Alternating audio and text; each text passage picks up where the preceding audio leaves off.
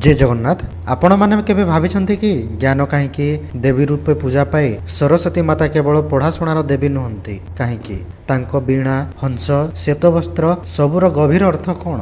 आज भिडियो रे आमे जानिबा सरस्वती माता संपूर्ण पौराणिक कथा कहीं से विद्यार देवी किपरि सरस्वती माता मनुष्यर जीवन को आलोकित करांती। भिडियोटी को शेष पर्यंत देखंतु। एही भिडियो रे आमे ता डिस्कशन करबा। बंधु माने विद्या माने केवल पुस्तक परीक्षा डिग्री नुहे। भारतीय शास्त्र रे विद्या माने जहाँ अज्ञान को दूर करे मनुष को सत्य पथ देखाए। एही दिव्य विद्यार मूर्ति रूप होउछन्ती माँ सरस्वती। पौराणिक कथा अनुसार सृष्टिर आरंभ रे ब्रह्मदेव सृष्टि कले पृथ्वी, किंतु ताहा थिला नीरव अज्ञान रे से ढाकी होइतिला, कोनोसी बाणी नथिला। तेबे ब्रह्मदेव गभीर ध्यान रे बसिले। तांको कमंडलरु सेतेबेले पानी झरिला। सेही जलरु जन्म नेले श्वेतवस्त्र धारिणी शांत मुखमंडल बीणा धारिणी देवी सरस्वती। जेतेबेले से बीणा बजाइले पृथ्वी रे बाणी जन्म नेला, ज्ञान प्रसारित हैला, चेतना आसिला। सेही परि भाबे सरस्वती माता हेले सृष्टिर प्रथम ज्ञानर शक्ति। बंध माने से बाणी दियंती, से बुद्धि दियंती, से विवेक दियंती। तांको कृपा छड़ा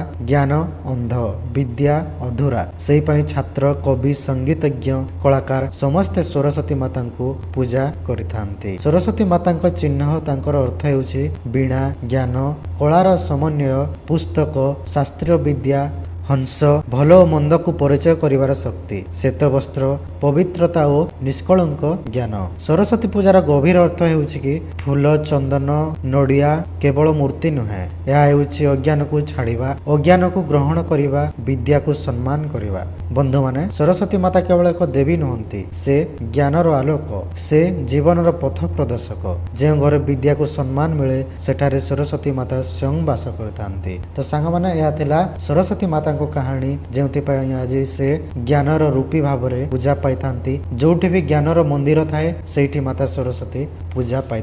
तो सांग माने माँ सरस्वती पाई गोटे लाइक करंतु, चैनल को सब्सक्राइब करंतु एवं वीडियो को शेयर करंतु। Signing off, thank you.